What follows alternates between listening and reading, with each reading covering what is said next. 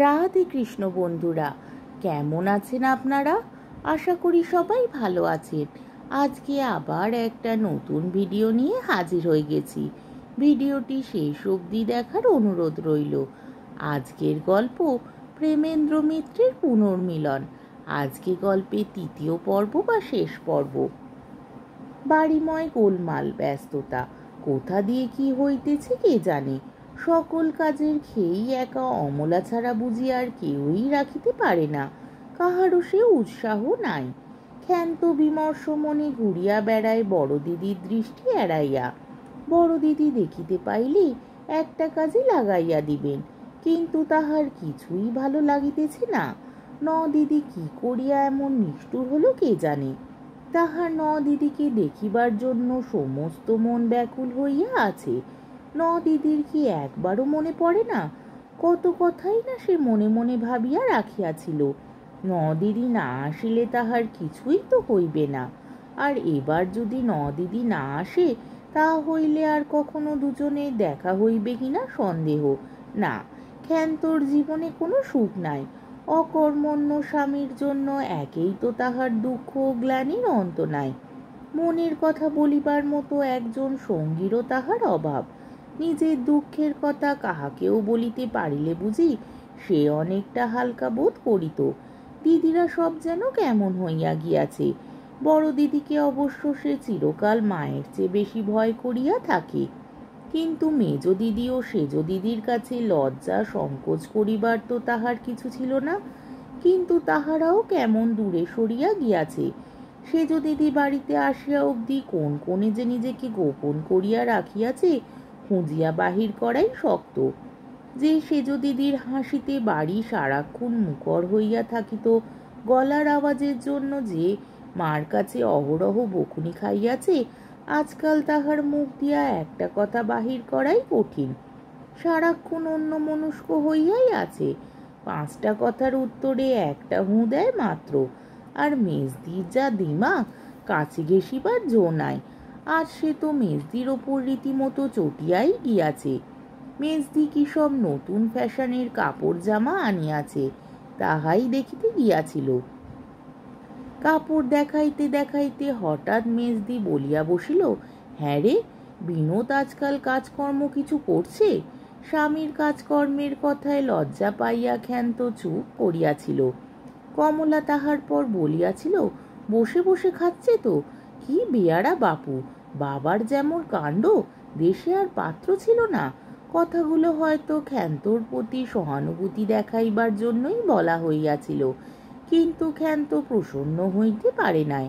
মেজদি আবার বলিয়াছিল, একটু মান অপমান জ্ঞান নেই, কি বলে একটা শাড়ি পরে চাকর বাকরদের মতো ঘুরে বেড়াচ্ছে বলতো।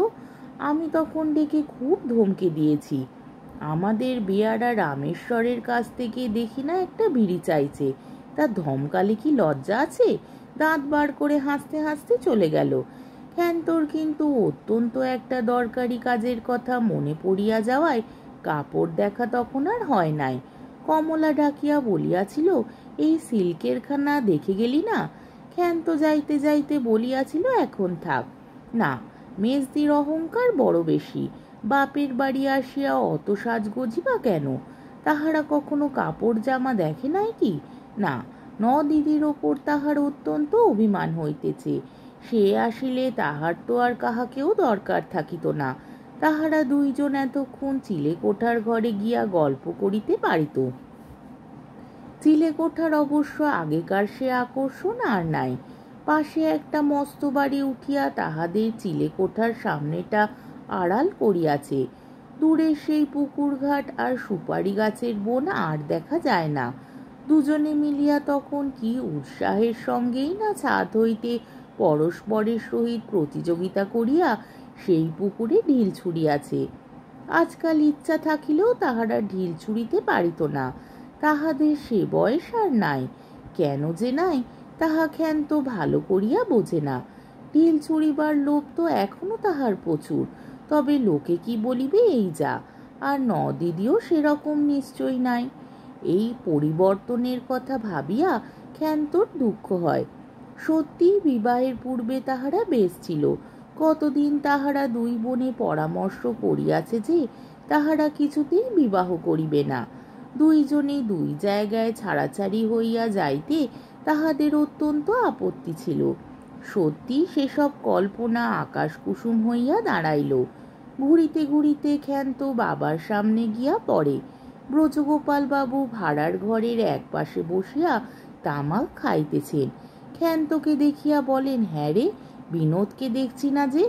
ক্ষান্ত অপ্রস্তুত হইয়া পড়ে, হাসিও পায় একটু। বাবার অদ্ভুত সব কথা, স্বামীকে তাহার যেন চোখে চোখে রাখিবার কথা, না দেখিতে পাওয়ার কারণ যেন সে জানে। ক্ষান্ত চুপ করিয়া থাকে। ব্রজগোপাল বাবু বলেন, যা সব গোলমাল, খেয়াল করে তাকে কেউ খাওয়ালে কিনা কে জানে। তাহার স্বামী যে কচি খোকা নয়, খাইবার ইচ্ছা হইলে যে সে নিজে চেষ্টা করিয়া খাইতে পারে, এ কথা আর সে কেমন করিয়া বাবাকে বুঝাইবে। এই উচ্ছৃঙ্খল অকর্মণ্য জামাইটির প্রতি বাবার যে অতিরিক্ত একটু স্নেহ আছে তাহা ক্ষান্ত জানে। মুখে ইহাকে বাড়াবাড়ি বলিলেও কেন যে সে ইহাতে খুশি হয় বলিতে পারে না। ক্ষান্ত স্বামীর কথা এড়াইবার জন্য জিজ্ঞাসা করে, বাবা, নদী যে এলো না? কথাটা এমনি সে জিজ্ঞাসা করে। বাবা যে কোনো কিছুর খবর রাখে না, ইহা সে জানে।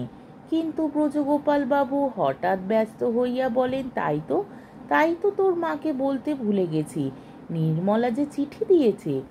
এক এক করিয়া 3টি পকেট হাতড়াইয়া অবশেষে ব্রজগোপাল বাবু এক পকেট হইতে খামটা বাহির করেন। ক্ষান্ত রাগ করিয়া বলে, তুমি তো বেশ বাবা, আমরা সবাই ভেবে মরছি, আর তুমি চিঠি পকেটে রেখে ভুলে গেছো। ব্রজগোপাল বাবু অপ্রস্তুত হইয়া বলেন, সকালে পিয়ন দিয়ে গেছে, তোর মাকে দেব দেব করে ভুলে গেছি। ক্ষান্ত সে কথা অবশ্য তখন শুনিতেছে না, সে চিঠি পড়ায় ব্যস্ত। চিঠি পড়িতে পড়িতে তাহার সত্যিই কান্না পায়। নদী কত কথাই লিখিয়াছে, কেন আসিতে পারিবে না, তাহাদের সেখানে এখন কি রকম গরম ইত্যাদি। শুধু তাহার বেলায় ক্ষান্তকে আমার আশীর্বাদ দিও, ছাড়া আর কিছু নয়। এতটুকু তো না লিখলেই চলিত। ক্ষান্তকে তার মনে রাখিবারই কি দরকার ছিল? চিঠিটা ফিরাইয়া দিয়া সে হন হন করিয়া চলিয়া যায়। ব্রজগোপাল বাবু পিছন হইতে বলেন, চিঠিটা নিয়ে যা খেন্তি, তোর মাকে দিবি। কিন্তু ক্ষান্ত আর ফিরিয়াও চাহে না। অনেক রাত হইয়াছে, নিমন্ত্রিতদের খাওয়া দাওয়া, বাড়ির সব কাজ চুকিয়াছে। হিরণময়ী সমস্ত মেয়েদের লইয়া খানিকক্ষণের জন্য এক ঘরে বসিয়াছেন। অমলা মেজ বোনকে বকিতেছিল, বিকেলবেলা শান্তির জল নেবার জন্য তোকে ডেকে ডেকে হয়রান। শেষকালে কে বললে তোরা সেজেগুজে ছবি দেখতে গেছিস? আজকের দিনে তোর বায়োস্কোপ না গেলে চলতো না? কমলা গম্ভীর মুখে বলিল, আমরা থেকেই বা কি করতাম? অমলা আরেকটু রাগিয়াই বলিল, তবু থাকতে হয়, বায়োস্কোপ তো আর পালিয়ে যাচ্ছিল না। আহা, আজ হলো এবছরের শেষ দিন, আমরা বলি সেই রেঙুন থেকে অ্যাডভার্টাইজমেন্ট দেখে দিন গুনছি। তা ও ছবি না হয় অন্য ছবি দেখতিস, সেই বায়োস্কোপই তো। এই কলকাতা শহরেই আছি, 5 বছর তো একটা থিয়েটারে পর্যন্ত যায়নি। কমলা উষ্ণস্বরে জবাব দেয়, যার যেমন রুচি।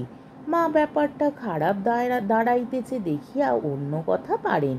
তাহার পর বলেন, বিমলা আবার উঠে গেল কোথায়? ক্ষান্ত বলিল, ছেলে কাঁদছে বোধ হয়।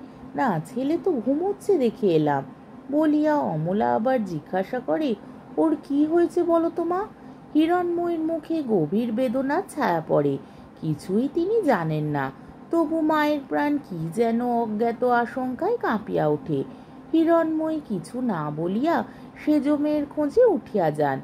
বিমলা সত্যিই তাহার ঘরে গিয়া ছেলেকে দোল দিতেছে। হিরণময়ী তাহার কাছে বসিয়া বলেন, উঠে এলি যে মা?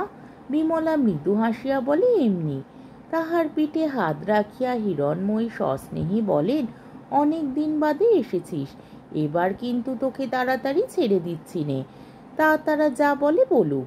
বিমলা খানিক চুপ করিয়া থাকে, তাহার পর আস্তে আস্তে বলে, অনেক দিন কেন মা, চিরকালের মতো রাখতে পারো না? হিরণময়ী হাসিয়া বলেন, দূর পাগলি, আমি রাখলেই কি তুই থাকতে চাইবি? 2 দিন বাদেই যাবার জন্য পাগল হবি। বিয়ের পর কি আর মেয়েদের বাপের বাড়ির ওপর টান থাকে? বিমলা অদ্ভুতভাবে হাসিয়া বলে, তা বটে। হিরণময়ী খানিক চুপ করিয়া বসিয়া থাকেন, বলিবার কোনো কথা নাই। তাহার পর বিমলাকে শুইতে বলিয়া উঠিয়া যান, কিন্তু তাহার নিজের চোখে ঘুম নাই। অন্ধকার বারান্দায় দাঁড়াইয়া তিনি তাহার গভীর সুখ উপলব্ধি করিবার চেষ্টা করেন। অনেক সাধ করিয়া তিনি মেয়েদের আনাইয়াছেন, একটি বাদে তাহার সমস্ত মেয়ে আজ একত্র হইয়াছে। তাহার তো অত্যন্ত সুখী হইবার কথা, কিন্তু সত্যিই কি তিনি সুখী হইয়াছেন? মেয়েদের ঠিক যেমনটি তিনি দেখিতে চাইয়াছিলেন তেমনই কি তাহারা আর আছে? ইহারা তাহারই কন্যা, অথচ ঠিক যেন তেমনটি আর নাই। নিস্তব্ধ অন্ধকার আকাশের তলায় এই 44 বৎসর বয়সে প্রথম যেন তিনি সৃষ্টি, সংসার ও জীবনের দুর্গেয় অতল রহস্যের সম্মুখীন হইয়া দাঁড়াইয়াছেন। পর মুহূর্তেই তার চমক ভাঙে। ভাড়ার ঘরে বোধহয় তালা দেওয়া হয় নাই। কাল হইতে আবার অনেক কাজ। আজকের গল্পটি এখানেই শেষ হলো। আমার ভিডিওটি যদি আপনাদের ভালো লেগে থাকে তাহলে আমাকে কমেন্টের মাধ্যমে আপনাদের মূল্যবান মতামত অবশ্যই জানাবেন এবং আমার ভিডিওটিকে লাইক ও শেয়ার করার ও আমার চ্যানেলটিকে সাবস্ক্রাইব করারও অনুরোধ রইল। তাহলে আজকের ভিডিওটা এই অবধি। পরের দিন আবার অন্য কোনো গল্প নিয়ে হাজির হয়ে যাব। ততক্ষণ পর্যন্ত আপনারা সবাই ভালো থাকবেন, সুস্থ থাকবেন, সাবধানে থাকবেন এবং আমার ভিডিওটি দেখতে থাকবেন। তাহলে আজকে আসি। রাধে কৃষ্ণ।